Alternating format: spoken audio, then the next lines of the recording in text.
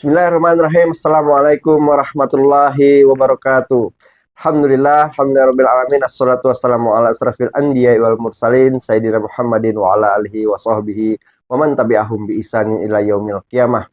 Asyhadu an la ilaha illallah wahdahu la syarikalah wa asyhadu anna Muhammadan abduhu wa rasuluhu la nabiyya ba'da.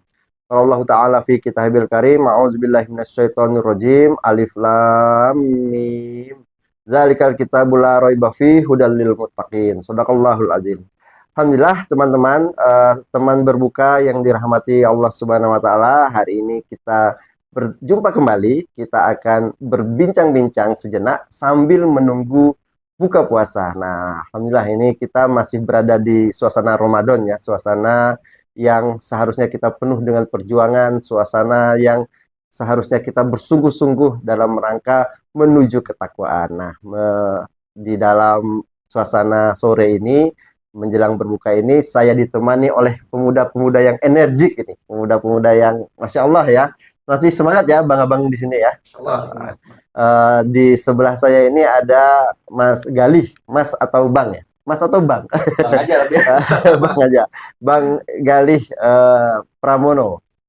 Beliau ini founder dari komunitas teman ngopi mahasiswa. Nah, teman ngopi mahasiswa ini ya bulan Ramadan teman ngopi ya, bukan gitu ya. Teman ngopi itu adalah ngopi itu ngobrol pemikiran Islam. Nah, jadi ini bersama teman-teman mahasiswa. Jadi biasanya Bang Gali ini bersama teman-teman mahasiswa itu rutin bercakap-cakap, ngobrol, berdiskusi tentang pemikiran-pemikiran Islam. Sehingga akhirnya ketika mereka bersepakat membuat komunitas, nah dibikinlah komunitas teman ngopi. Nah, insya Allah nanti kita akan 30 menit ke depan akan berbincang-bincang bersama Bang Galih. Nah, di sebelah Bang Galih ada Bang Andi Septiandi. Assalamualaikum warahmatullahi wabarakatuh. Waalaikumsalam warahmatullahi Nah, wabarakatuh. kalau Bang Andi Septiandi ini beliau sudah dikenal lah ya di kalangan pemuda di Kota Pontianak atau Kalimantan Barat sebagai aktivis komunitas literasi Islam Katulistiwa. Nah, beliau sering juga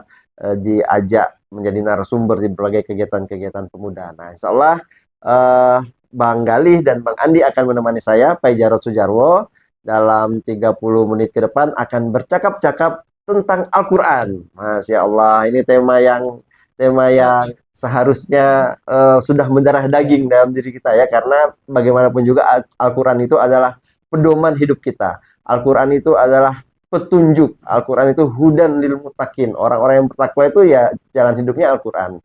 Nah, insya Allah saya akan boleh ya bertanya-tanya, kita ngobrol seperti ngobrol santai saja ini ya tentang Al-Quran lah. Siap. Pertama siapa dulu? Saya mau tanya ke Bang Andi Septiandi barangkali tentang apa itu, maksudnya gini, di apa, banyak istilah kita sering dengarkan Al-Quran sebagai pedoman hidup.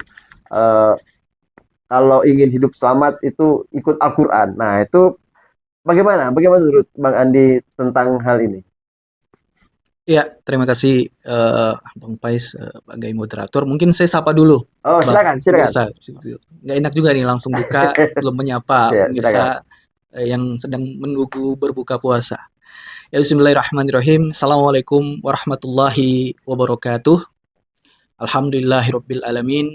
Salatu wassalam asrofil anbiya'i wal mursalin sayyidina Muhammadin wa ala alihi sahbihi ajmain. Amma ba'd.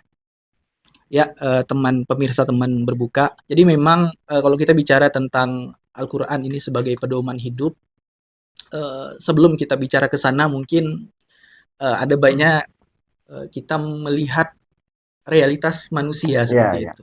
Nah, kalau kita melihat realitas manusia, kalaupun dia tidak mengikuti Al-Qur'an, manusia ini kan senantiasa ada fitrahnya itu dia mengikuti sesuatu. Untuk apa? Untuk dia itu hidup, menjalani kehidupan.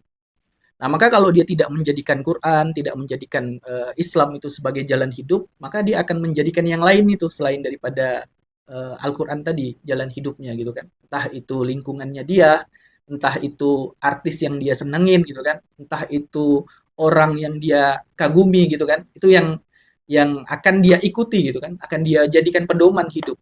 Nah, itu kalau kita lihat realitasnya manusia seperti itu. Maka kalau untuk seorang muslim sendiri, ya, kalau ketika dia sudah convert to Islam, dia sudah masuk ke dalam Islam, maka dia satu paket telah diberikan pedoman gitu, jalan hidup gitu. Jalan hidup. Nah, jalan hidup itu disebut dengan Al-Qur'an. Nah, Al-Quran menunjuk juga sunnahnya Rasulullah SAW sebagai juga tambahan seperti itu sebagai sumber-sumber hukum Islam. Nah, supaya apa manusia diperintahkan untuk ikut daripada Al-Quran? Ya supaya manusia tidak tersesat. Nah, seperti itu. Supaya manusia berjalan on the track kepada jalan yang telah Allah tentukan. Seperti itu. Nah, maka tanpa pegangan gitu kan dan tanpa pedoman hidup ya manusia itu kita lihat realitas hari ini gitu. Faktanya ya, kita lihat manusia itu dari segi fakta ini kebetulan saya itu bergerak di bidang juga pergaulan, Bang, Ya, mengedukasi masyarakat ya, atau anak-anak muda tentang bahayanya pacaran misalnya. ya. Nah, itu ada sebuah data itu mengerikan tahun 2014 itu remaja SMP SMA itu angkanya 70 sampai 80% itu mohon maaf sudah tidak perawan lagi. Artinya sudah pernah berzina. Nah, ini kenapa bisa terjadi demikian? Ini data 2014 nih, kita nggak tahu nih kalau update di tahun 2023 ini bagaimana datanya seperti itu. Mungkin lebih parah lagi. Yang fenomena di kota Pontianak aja, ya kemarin ada pembuangan bayi dan Ya, lain-lain betul. segala macam gitu kan. Nah, ini banyak sekali kerusakan gitu. Nah, kenapa bisa terjadi demikian? Karena tadi karena mereka tidak menjadikan pedoman yang benar gitu, sebagai pedoman Al-Quran ini tadi sebagai pedoman hidup seperti itu. Maka hidupnya tidak dibimbing oleh wahyu, ya terombang-ambing, ya tersesat tadi. Maka ketika Rasulullah SAW itu masa akhir-akhir daripada baginda ini menjelang wafatnya beliau di Haji Wada itu ada salah satu khutbah yang terkenal sampai sekarang itu Nabi menyampaikan kepada kita taroktu fikum amroini lan tadilu abadan kata Nabi. Jadi Nabi itu meninggalkan dua perkara yang kalau kita ikut perkara ini lan tadilu abadan kata Nabi. Kita tuh tidak akan tersesat selama-lamanya. Ya. Nah, apa itu? Kata Nabi Al-Qur'an dan sunnahnya Rasulullah Shallallahu alaihi wasallam. Artinya apa? Ketika Nabi membicarakan dua pedoman ini kalau manusia itu ikuti dua pedoman ini dia tidak akan tersesat selama-lamanya. Maka kita mendapati pemahaman sebaliknya. Artinya apa? Kalau manusia mengambil pedoman hidup selain daripada dua jalan tadi yang telah Nabi sampaikan, maka manusia ini juga akan tersesat tadi. Dia akan terombang-ambing dan sampailah tadi realitas rusak tadi yang kita sampaikan. Mungkin itu dulu pembukaan Ya. dari saya. Masya Allah ya. Ya, itu tadi apa? Jadi memang saya bertanya tentang Al-Quran pedoman hidup. Sebenarnya ya berangkat dari realitas hari Ya. ini. Ya kita hari ini kita tuh sering ketemu ya, ketemu orang-orang yang sudah besar, sudah SMA atau mahasiswa itu ketika ditanya baca Quran nggak tahu, nggak bisa baca Quran atau durasi waktu membacanya satu hari satu ayat gitu tuh kayaknya berat sekali atau kalaupun bisa makhrajnya masih belepotan. Nah, dan itu tuh terjadi di anak-anak zaman sekarang. Syukur mereka masih mau berdekatan dengan Al-Quran. Banyak sekali yang malah pegang Quran aja itu enggak gitu.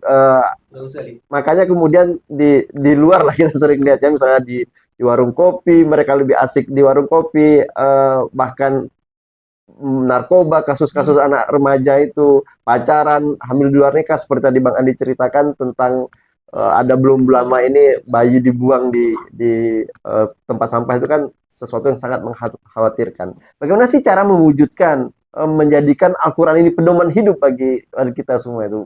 Caranya itu bagaimana, Pak? Gitu. Baik, bismillahirrahmanirrahim. Alhamdulillah, syukurillah, syahadu la ilaha illallah, syahadu anna Muhammadan abduhu wa rasuluh. Allahumma shalli ala sayyidina Muhammad wa ala ali sayyidina Muhammad.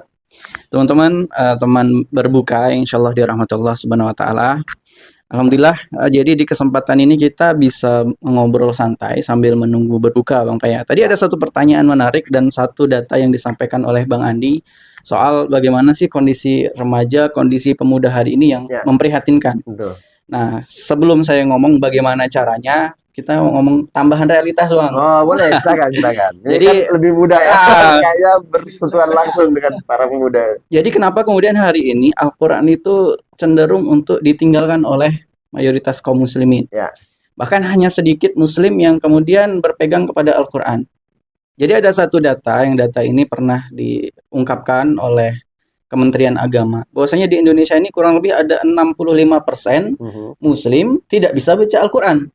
Penduduknya mayoritas Allahu Muslim, Akbar. mayoritas tidak baca Al-Quran. Baca alif, ba, tak saja tidak Nggak bisa bisa. ya, 62% gitu ya. Itu kondisi yang pertama, Iya. ya kan? Lantas pertanyaannya bagaimana caranya orang nggak bisa baca Al-Quran bisa memahami menggunakan Al-Quran sebagai pedoman. Betul. Nah, ini adalah satu kondisi realitas yang kita hari ini temui juga terjadi di remaja kita. Jadi semakin banyak kaum muslimin yang jauh dari Al-Quran, ya, menyebabkan mereka itu menjadi tidak paham dengan agamanya sendiri. Nah, maka dari itu gimana caranya? Maka caranya di momen bulan Ramadan ini, di mana Al-Quran diturunkan, apalagi nanti kita di pertengahan Ramadan ada nuzul Quran. Ya. Nah, kita harus kemudian mulai mentadaburi Al-Quran, mulai memahami Al-Quran. Allah Subhanahu wa taala berfirman, "Afatu'minuna bi ba'dil kitab wa ta'furuna bi ba'din?" Apakah kamu beriman kepada sebagian Alkitab kemudian ingkar kepada sebagian yang lain? Ini menjawab tadi pertanyaan tentang gimana caranya kita beriman kepada Al-Qur'an, ya. Maka kita bisa kemudian menggunakan Al-Baqarah 85 ini. Allah itu bertanya apakah kita beriman sebagian kemudian ingkar sebagian. Nah, kita kan sekarang lagi puasa nih, ada Al-Baqarah 183. Ya ayyuhalladzina, ayat yang paling famous gitu ya. yang famous yang pokoknya dari awal puasa sampai akhir puasa ayat ini insya Allah selalu dibaca, apalagi kalau ada kultum, kemudian sholat Jumat itu pasti dibaca. Ya ayyuhalladzina amanu kutiba alaikumusiyam kama kutiba alal ladzina min qablikum la'alakum tattaqun. Ini perintah berpuasa sebagaimana orang-orang terdahulu supaya kita menjadi orang yang bertakwa. Jadi puasa ini adalah salah satu cara kita menjadi bertakwa. Menjadi kemudian kita mau mengamalkan Al-Quran. Namun apakah pertanyaannya itu adalah Quran ini menyuruh kita hanya untuk berpuasa saja? Nah, ini menarik ini Bang Fai. Jadi ketika saya buka-buka Al-Quran, ya, ini tidak jauh 5 ayat sebelumnya. 5 ayat sebelum Al-Quran itu ada Quran surat Al-Baqarah ayat 178. Ya ayyuhalladzina amanu kutiba alaikumul qisasu fil qatl al-huru bil huri wal abdu bil abdi wal unsa bil unsa. Jadi ada perintah ya ayyuhalladzina amanu, sama-sama dengan Al-Baqarah 183, wahai orang-orang yang beriman, diwajibkan atas kalian kutiba alaikumul fi qatl. Ya, ini mengkisos orang-orang yang melakukan pembunuhan. Jadi Islam itu tidak hanya mengatur soal bagaimana cara kita berpuasa, sholat, melaksanakan zakat. Tapi Islam mengatur hal-hal yang lain. Nah, problematika tadi yang disampaikan Bang Andi soal kemudian banyaknya pelajar kita, hampir 70% yang tidak perawan. Saya kalau ingat dulu waktu SMA itu kayaknya kawan-kawan saya hampir ngomongnya itu, kau udah ini belum? Nah, gitu. Kalau belum berarti belum laki. Nah, ini kan satu kondisi yang mengkhawatirkan, ya kan? Berarti pembahasan soal apa berzina dan lain sebagainya itu sudah menjadi pembicaraan umum, menjadi pembicaraan umum hari ini ya. Nah, ini satu kondisi. Nah, untuk kemudian kita bisa berpedoman kepada Al-Quran, maka kita harus menjelaskan Al-Quran itu kepada umat, kepada kaum muslimin. Makanya kita kalau mahasiswa ini kan kalau disuruh pakai majelis taklim gitu kan susah. Mahasiswa ini paling suka ngopi. Makanya bikin komunitas teman ngopi. Makanya bikin komunitas teman ngopi mahasiswa supaya menyampaikan Quran dengan cara yang mudah dicerna oleh mahasiswa dan menyenangkan. Nah, jadi itu salah satu cara Bang Fai. Oke, berarti Al-Quran itu memang mutlak menjadi rujukan ya, rujukan untuk pedoman hidup kita. Harus dipelajari secara utuh. Kayak tadi Bang Gali bilang, bagaimana bisa mengamalkan Quran kalau membacanya saja ternyata belum bisa ya Allah. Saya kembali ke Bang Andi.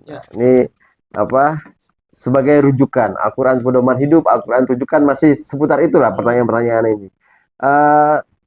Kira-kira selain yang udah disampaikan Bang Gali tadi, apalagi Bang? Karena kan gini, kita bertemu dengan realitas masyarakat yang begitu jauh dari Al-Quran. Kalau ditanya bagaimana caranya ini, nah itu cara itu nggak bisa satu. Misalnya caranya harus belajar baca, nanti malas, nanti ya cari cara lain. Nah ini kira-kira gimana lagi untuk menjadikan orang-orang betul-betul menjadikan Al-Quran ini rujukan hidup mereka? Ya, sebelum masuk ke sana Bang, tadi menarik ya data yang disampaikan oleh Bang Galih itu ada 63 ya, 65%. 65% gitu.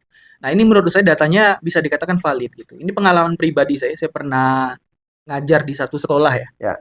Kebetulan ngajar pendidikan agama juga di situ. Itu siswanya sekitaran 40 orang satu kelas. Saya kebagian waktu itu mengajar ya kurang lebih 10 kelas lah. Nah, kurang lebih. Nah, saya tuh di kelas itu 40 orang tuh saya tanya gitu. Siapa di sini yang bisa baca Quran? Nah, bisa baca Quran itu satu kelas di 40 orang itu yang acungan tangan cuma 2 sampai 3 orang. Dan itu rata di setiap kelas. 10% nggak nyampe ya? Nggak nyampe. Iya. Seperti itu nggak bisa itu. Yang Iya, bisa, saya pikir yang nggak bisa nih betul-betul buta. Saya satu-satu saya panggil ke depan. Saya suruh baca, nggak bisa. Betul tadi kata Bang Gali itu dia nggak tahu itu alif, bata itu nggak tahu. Nah, yang 3 orang ini saya pikir betul-betul bisa baca. Yang 3-4 orang inilah data satu kelas itu kan. Saya tanya, coba baca. Rupanya bacanya juga berlepotan gitu. Dan saya tanya miris sekali. Saya tanya, kapan antum ini terakhir baca Quran? Ada yang jawab, waktu SD. Terakhir ada yang bilang waktu SMP. Nah, jadi sangat jauh sekali hari ini anak-anak muda itu dengan Al-Quran. Maka ya wajar gitu. Tadi 65% itu ya mungkin kalau betul-betul diteliti lagi mungkin bisa lebih daripada itu lah. Ya kan? Kalau orang-orangnya lebih banyak itu, sampel-sampelnya lebih banyak lagi seperti itu. Nah, mengenai pertanyaan tadi dari Bang Pai, bagaimana ya supaya kita itu menjadikan Al-Quran itu sebagai pedoman hidup ya, gitu ya Bang. Nah, jadi kalau kita ingin menjadikan Al-Quran sebagai pedoman hidup, artinya kan apapun masalah kita, apapun kendala hidup kita, apapun yang harus kita jalani di hidup kita di dunia ini, ya kita harus patokan dengan Al-Quran. Nah, termasuklah kalau kita itu berbeda pendapat misalnya. Karena banyak kalau kita ngelihat nih orang-orang kadang-kadang debat kusir gitu kan, nggak selesai-selesai, nggak ketemu gitu ketika dia melakukan perdebatan. Yang satu nganggap dia benar, yang satu benar. Kenapa? Karena mereka nggak punya standar masing-masing gitu. Maka di TV-TV itu perdebatannya nggak selesai gitu. Karena standarnya nggak jelas. Kalau dalam Islam, ketika kita menjadikan Al-Quran itu sebagai pedoman hidup, Allah telah jelaskan dalam Quran surah An-Nisa itu. Bang, kata Allah itu kan, fa'in kuntum fa'in tanaza'tum fi syai'in faraddu ilallahi war rasul. Jadi kalau kalian ini berseberangan pendapat, kalau kalian ini bersengketa dalam satu masalah misalnya, itu kata Allah faraddu ilallahi war rasul. Jadi harus dikembalikan kepada Allah dan kembalikan kepada Rasul. Maksudnya apa? Maksudnya kembalikan kepada Quran, kembalikan kepada sunnahnya Nabi. Seperti itu. In kuntum tu'minuna billahi wal yaumil akhir. Itu pun kalau kalian ini dikatakan lagi sama Allah, kalau kalian ini benar-benar mengimani, beriman kepada Allah dan beriman kepada nanti ini besok ada hari akhir, ada hari pembalasan gitu. Semuanya akan dihisab. Nah, artinya apa? Salah satu kita menjadikan Al-Quran ini sebagai pedoman hidup adalah menjadikan Al-Quran ini sebagai rujukan kita. Mau itu dalam menjalani kehidupan atau kita ada bersengketa, itu kembalikan kepada Al-Quran. Seperti itu. Itulah hakikat kita, itu menjadikan Al-Quran ini sebagai pedoman hidup kita. Seperti itu. Bukan ketika ada masalah nggak mau kembali kepada Quran. Ketika ada misalnya kayak tadi itu masalah remaja, pergaulan gitu kan, ada masalah ini nggak mau kembali kepada Al-Quran, nggak mau kembali kepada Islam. Nah, harusnya kalau ada masalah apapun itu harus kembali kepada Islam, kembali kepada syariat, yaitu Al-Quran dan sunnahnya Nabi Shallallahu Alaihi Wasallam. Nah, seperti itu, Bang. Masya Allah. Ini jawaban yang luar biasa ya. Jadi memang seharusnya kita menjadikan Al-Quran sebagai rujukan. Nah, rasanya kurang adil juga kalau tadi kita cerita tentang realitas orang-orang yang jauh dari Quran, tidak mau baca Quran, tidak bisa baca Quran, sehingga mengakibatkan mereka malah merujuk ke hal yang lain. Kiblatnya jadi pergaulan bebas begitu dan seterusnya lah. Nah, karena juga ada realitas yang sebaliknya gitu. Kita juga berhadapan dengan di momen-momen tertentu itu, apalagi Ramadan kali ini lomba baca Quran misalnya. Terus ada sekolah-sekolah tahfiz Quran dan mereka penghafal Quran itu juga banyak juga mulai bermunculan, Masya Allah ya. Hari ini banyak juga orang-orang yang sudah mendidik anaknya itu dari kecil untuk bisa belajar Quran, bisa menghafal Quran, bahkan berlomba-lomba 1 bulan hafal 1 juz atau mungkin lebih singkat dari itu. Nah, ini kan juga ada fenomena-fenomena ini kan juga terjadi ya. Nah, Cuma apakah fenomena ini itu sudah bisa kita kategorikan sebagai menjadikan Al-Quran sebagai pedoman? Gimana kira-kira, Bang Galih barangkali? Pertama Bang Pai, jadi Ya, kita harus bersyukur terlebih dahulu. ya tentu saja ya. Itu saya bersyukur sekali. Kita harus bersyukur bahwasanya di momen Ramadan ini kaum muslimin itu keimanannya meningkat. Ya, Yang menjadi PR kita berikutnya adalah bagaimana meningkatkan kembali keimanan kaum muslimin ini selepas bulan puasa. Ramadan. Ya, Ya karena kehidupan kita itu tidak hanya terjadi di bulan Ramadan saja. Seolah-olah itu kan semua orang itu jadi alim, jadi jadi seorang muslim yang taat hanya di bulan puasa. ya, Mereka takut melakukan kemaksiatan karena ini bulan puasa. Mereka berlomba-lomba melakukan kebaikan karena di bulan puasa itu Allah lipat gandakan kebaikan menjadi minimal 10 kali hingga 700 kali kebaikan. Nah, jadi kita harus memahami satu hal bahwasanya ketika kita sudah meyakini. Jadi ini problemnya itu adalah yakin atau belum sama Quran. ya, Gitu. Saya punya teman mahasiswa itu memang ada ya di kalangan mahasiswa itu orang-orang yang tidak yakin dengan agamanya sendiri atau ibaratnya itu Islamnya KTP. ya, Nah, ini kan jadi problem Bang Pai. Jadi sebenarnya itu kalau tadi kita bahas 65% muslim tidak bisa baca Al-Quran, sekarang kita tanya, kenapa mereka tidak mau baca Al-Quran? ya. Apakah karena Qurannya tidak Tidak ada? ada. Apakah karena hal yang lain? Ternyata problem utamanya itu adalah keyakinan mereka terhadap Quran itu bisa kita pertanyakan lagi. Yakin atau tidak mereka kepada Quran? Maka kita harus tingkatkan dulu keyakinan mereka kepada Quran. Nah, sekarang bagi kita yang pemirsa teman berbuka, yang insya Allah karena sudah menonton ini menjadi termasuk orang-orang yang sudah yakin kepada Quran. Maka kita harus memahami bahwasanya hukum Islam itu bukan hanya soal puasa. Jadi kita taat itu bukan hanya sekedar di berpuasa. Sebagaimana Al-Baqarah 183 yang tadi sudah kita baca. Tapi Quran ini juga mengatur hal-hal yang lain yang ini bisa menjadi satu solusi untuk problematika yang kita alami hari ini. Ya. Sebagai contoh tadi ayat yang saya baca di Al-Baqarah 85 itu kan belum clear, maksudnya belum selesai. Jadi Allah kan bertanya kepada kita muslim nih, Fatu'minuna bi ba'dil kitab wa takfuruna, apakah kalian itu beriman kepada sebagian Alkitab kemudian ingkar kepada sebagian yang lain? Nah, kalau jawabannya iya, ke ayat tentang puasa kita iman, laksanakan, sholat iman, laksanakan, tapi kemudian ayat-ayat tentang kisos, ya, seolah-olah ini kan seram gitu ya. Kisos orang yang membunuh, dihukum bunuh, padahal sekarang kalau kemarin ada kasus Verdi Sambo, ya ini kita ngomong Verdi Sambo, semua orang itu meminta Verdi Sambo dihukum mati. Artinya hukum mati itu adalah satu keadilan yang sudah dicontohkan dalam Islam, yang sekarang kita baru keluar-keluar meminta orang yang membunuh dihukum setimpal dengan hukum bunuh. Itu satu keadilan yang muncul dari syariat Islam.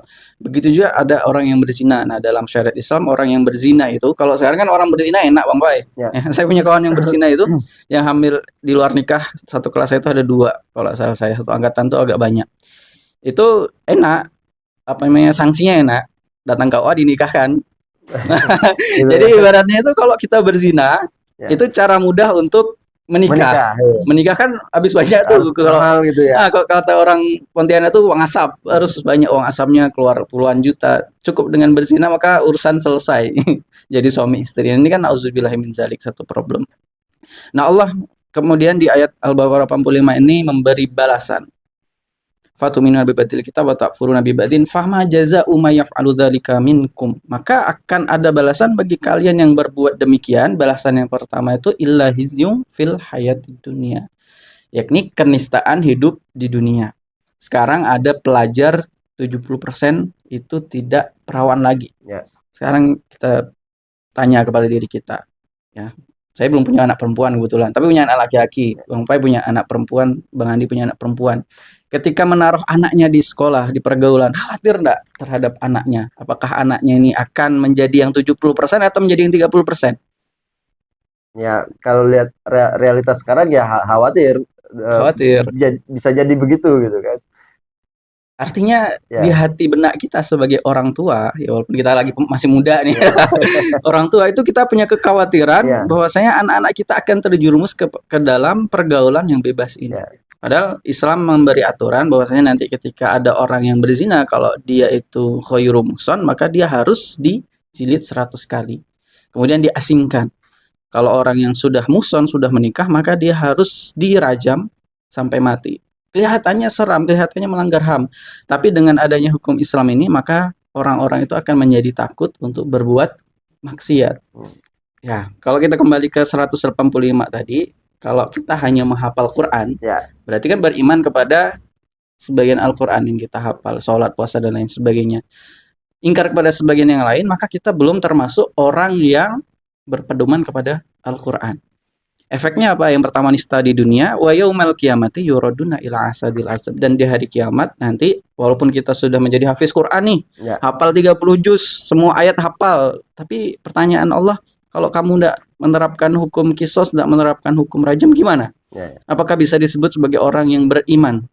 Kan tidak. Allah sendiri berfirman di dalam Quran surat Al-Maidah ayat 44, 45 dan 47, waman lam yahkum bima anzalallah faulaika humul kafirun, waman lam yahkum bima anzalallah faulaika humul fasikun, waman lam yahkum bima anzalallah faulaika humul zalimun. Jadi Allah menempatkan orang-orang yang tidak mau melaksanakan salah satu hukum Allah saja, tidak mau berhukum dengan hukum Allah, di antaranya adalah bisa menjadi orang kafir, zalim, atau orang fasik. Jadi tidak ada di situ label beriman. Labelnya itu hanya 3, kafir, zalim, atau fasik. Nah, maka di momen bulan puasa ini sudah seharusnya kita kemudian mentadaburi Al-Quran, bahwasanya Al-Quran ini menjadi aturan hidup kita yang kafah, yang sempurna. Seperti itu, Bang Pai. Bang Andi, mungkin Bang Andi ada tambahan terkait ini? Wah, ini seru kayaknya. Pembicaraan kita ini makin seru. Ya tentunya kita harus memberi apresiasi juga ya kan, untuk ada muslim gitu yang semangat dia menghafalkan Quran. Ini baik sekali gitu. Dan ini seolah itu pahalanya besar juga itu kan, menghafal Al-Quran. Nah, tapi kita harus juga memahami seperti itu, bahwa Al-Quran itu dia diturunkan itu bukan hanya untuk dihafal. Ada salah satu yang paling penting, esensi daripada Al-Quran itu diturunkan oleh Allah Subhanahu wa Ta'ala apa? Yaitu untuk diamalkan seluruh isi-isinya. Nah, maka kita juga memahami gitu ya, untuk mengamalkan Al-Quran ini kita harus mengikuti bagaimana Rasulullah SAW itu menjadi Al-Quran ini sebagai pedoman dan mengamalkan isi-isi Al-Quran ini. Nah, kita ketika kita mempelajari sirah baginda Nabi besar Muhammad SAW, itu kita bisa bagi 2 gitu peristiwa, Bang Pai ya. Ada peristiwa sebelum hijrah, yaitu di kota Mekah, 13 tahun ini fase perjuangan dakwah Nabi. Nah, ada 10 tahun di fase Madinah, disinilah Nabi mencontohkan bagaimana mengamalkan Al-Quran itu. Nah, Nabi mencontohkan bagaimana mengamalkan Al-Quran, yaitu Nabi menerapkan seluruh Al-Quran ini dalam institusi negara.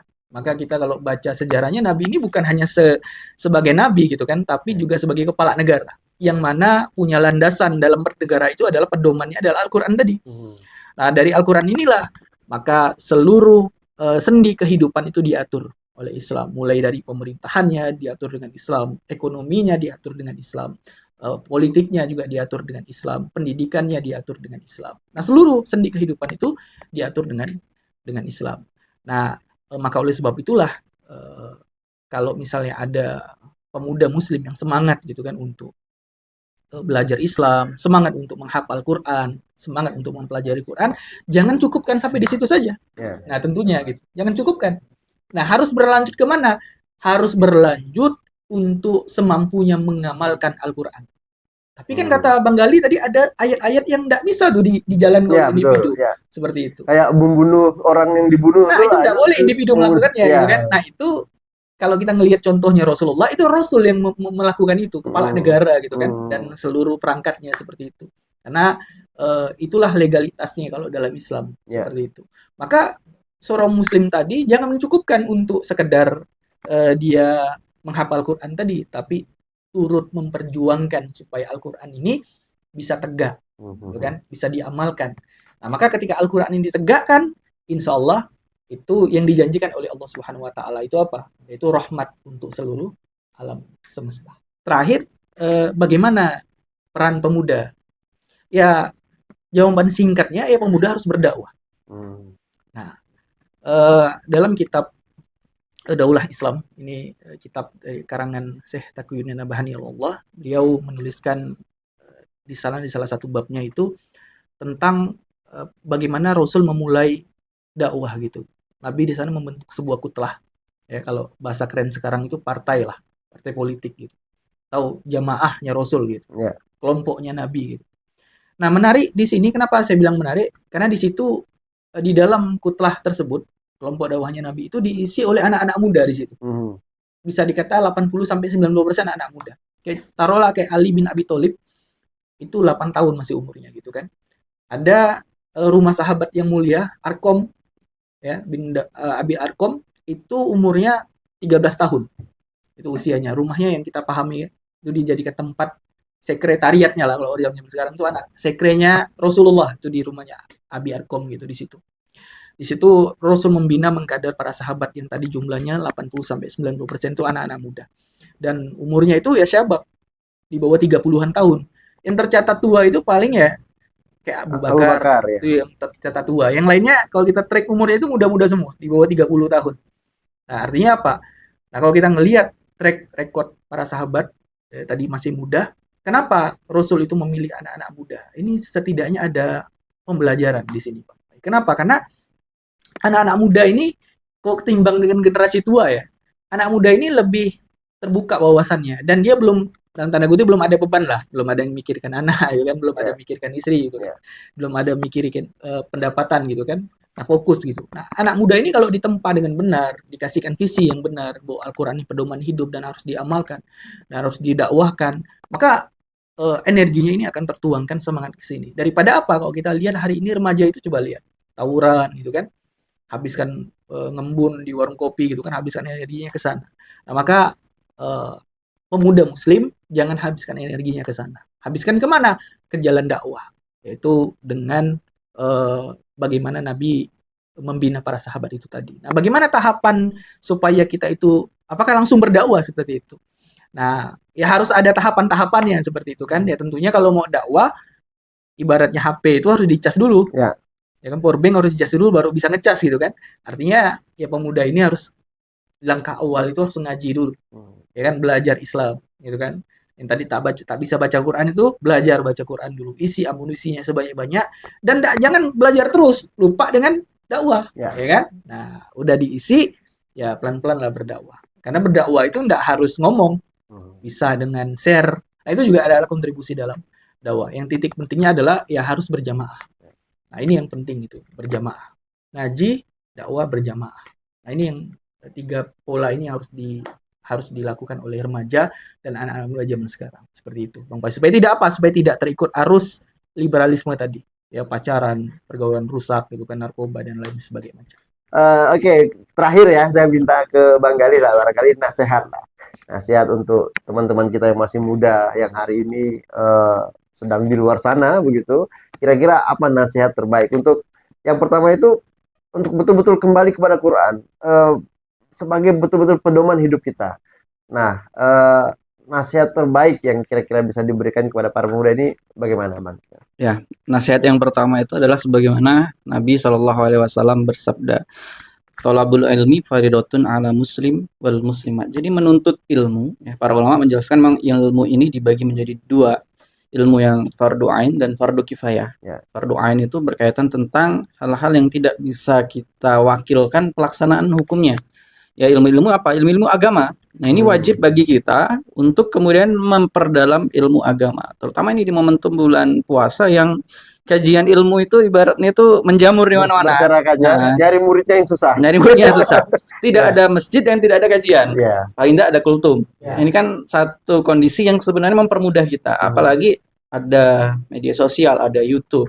Ya kalau kita malas nonton setengah jam ya nonton paling tidak 1 menit kan gitu. Biasa di TikTok atau di macam-macam itu kan ada. Nah, tapi tidak bisa mencukupkan hanya sekedar thalabul ilmi. Nah, ketika kita sudah thalabul ilmi, maka perintah kedua itu adalah sesuai dengan firman Allah Quran surat An-Nahl ayat 125 melanjutkan tadi Bang Andi. A'udzubillahi minasyaitonirrajim. Bismillahirrahmanirrahim. Ud'u ila sabili rabbika bil hikmah. Ya. Dan Allah tuh perintahkan kepada kita, tunjukilah kepada jalan Rabb kalian dengan jalan yang hikmah. Jadi dakwah itu yang pertama kita bisa berdakwah dengan cara yang hikmah, dengan cara yang kebijaksanaan, kita memberi contoh dan lain sebagainya ya. Jangan sampai kita menyuruh orang kemudian untuk ya melaksanakan syariat Islam, tapi kita sendiri tidak melaksanakan syariat Islam. Ya, sebagai contoh kita nyuruh anak kita puasa atau nyuruh adik kita puasa, ternyata kita tidak puasa. Kan banyak orang tua yang kayak gitu kan. Nyuruh anaknya puasa tapi siang-siang rokok. Ini kan satu kondisi yang terbalik. Nah, tapi dakwah tidak hanya dengan hikmah. Wal mau'izatil hasanah, dan kita memberi peringatan dengan cara yang baik. Jadi tadi kita membacakan ayat-ayat Quran yang tadi dari awal kita bahas itu dalam rangka membacakan peringatan Allah kepada ya teman-teman pemirsa teman berbuka. Wajadilhum billati hiya ahsan. Kemudian juga Allah perintahkan kita di antara manusia ini kan ada yang tidak setuju tuh dengan ide kita. Biasa kalau kita di teman ngopi itu ada yang pro, ada yang kontra, ada yang ide. Maka wajadilhum billati hiya ahsan, kita juga diperintahkan oleh Allah untuk berjidal, yakni berdebat dengan orang-orang yang tidak setuju dengan perintah Allah. Tapi ada kemudahan yang Allah berikan kepada kita. Inna rabbaka huwa alamu biman dhalla an sabilihi wa huwa alamu bil muhtadin. Dan Allah lah yang akan memberikan jalan kesesatan maupun jalan yang lurus. Artinya mau kita sudah berdakwah dengan 3 cara, hikmah, wal mau'izatil hasanah, wajadilhum billati hiya ahsan, sudah kita kerjakan semua, tapi orang yang kita dakwahi tidak mau, tidak apa-apa. Karena hidayah itu adalah milik Allah. Tugas kita adalah hanya menyampaikan. Belajar, thalabul ilmi wajib, sampaikan apa yang kita pelajari apa adanya. Wallahu alam bisawab, para pemuda, para pemirsa teman berbuka yang dirahmati Allah Subhanahu wa taala. Saya pikir cukup sampai di sini dulu pertemuan kita. Saya Pak Jarod Sujarwo undur diri. Mohon maaf atas segala kekhilafan. Wabillahi taufiq wal hidayah. Wassalamualaikum warahmatullahi wabarakatuh. Waalaikumsalam.